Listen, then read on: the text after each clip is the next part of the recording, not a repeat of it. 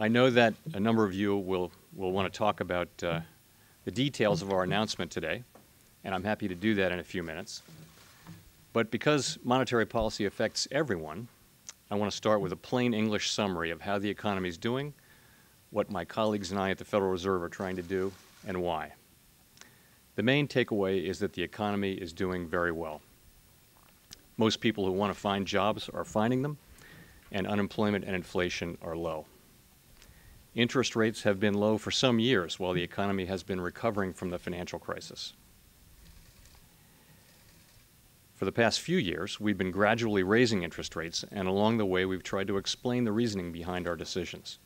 In particular, we think that gradually returning interest rates to a more normal level as the economy strengthens is the best way the Fed can help sustain an environment in which American households and businesses can thrive.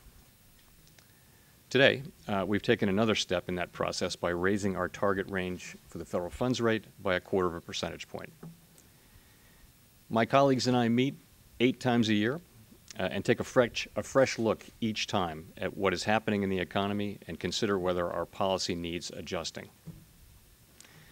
We don't put our interest rate decisions on hold or on autopilot because the economy can always evolve in unexpected ways. History has shown that moving interest rates either too quickly or too slowly can lead to bad economic outcomes. We think the outcomes are likely to be better overall if we are as clear as possible about what we're likely to do and why. To that end, we try to give a sense of our expectations for how the economy will evolve and how our policy stance may change. As chairman, I hope to foster a public conversation about what the Fed is doing to support a strong and resilient economy. And one practical step in doing so is to have a press conference like this after every one of our scheduled FOMC meetings. And we're going to do that beginning in January. That will give us more opportunities to explain our actions and to answer your questions.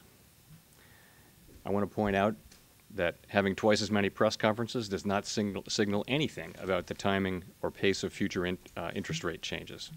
This change is only about improving communications.